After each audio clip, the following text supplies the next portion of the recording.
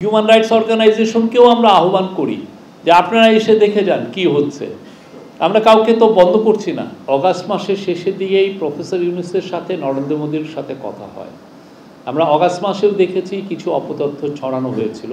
তো সেই আলোকে প্রফেসর ইউনূস কিন্তু নরেন্দ্র মোদীকে বলেছিলেন যে যেই যে মাইনরিটি রিপ্রেশনের কথা বলা হয়, তো আপনি আপনাদের এখান থেকে সাংবাদিকদের উৎসাহিত করেন তারা যেন বাংলাদেশে আসে, ভিজিট করে, দেখে যায়, নিজেরা এটা অনুসন্ধান করে দেখুক কি আসলে হচ্ছে, এখানে কি ভায়োলেন্স হচ্ছে, কেন ভায়োলেন্স হচ্ছে, আদৌ হচ্ছে কি না।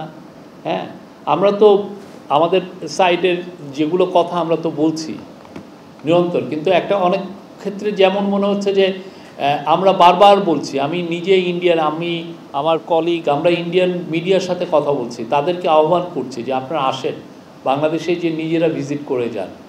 কিন্তু কথা হচ্ছে যে অনেক ক্ষেত্রে আমরা দেখছি যে ওরা তথ্যগুলো পাচ্ছে খুবই তাদের লাইকিংয়ে, যারা পড়ছে সেই লাইকিংয়ের মধ্যে থেকে তারা তথ্যগুলো নিচ্ছে, এবং অনেক ক্ষেত্রে নাম ছাড়া তথ্য নিচ্ছে।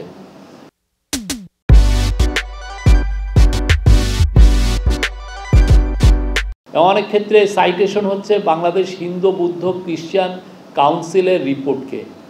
আপনারা জানেন যে নেত্র নিউজ দেখিয়েছে যে বাংলাদেশ হিন্দু বৌদ্ধ খ্রিস্টান কাউন্সিলের রিপোর্টটা ডিস্টর্টেড। এই রিপোর্টের বড় রকমের গলদ আছে। সেখানে 9 জনের মৃত্যুর কথা বলা হয়েছে, কিন্তু দেখা যাচ্ছে যে এর মধ্যে অলমোস্ট এভরি মৃত্যুই এটা কোনো রিলিজিয়াস কারণে হয়নি বা কমিউনাল ভায়োলেন্সের কারণে হয়নি। এই মৃত্যুগুলোর পিছনে মূলত ছিল হলো পলিটিক্যাল রিজন বা পার্সোনাল কোনো রিজন। তো আমরা এটা বলছি হিন্দু বৌদ্ধ কাউন্সিল, অথচ দেখা যাচ্ছে হিন্দু বৌদ্ধ কাউন্সিলের রিপোর্ট নিয়ে কিন্তু বাইরে অনেকে এটাকে 11 মিলিয়ন বার এটাকে সাইটেশন হয়েছে।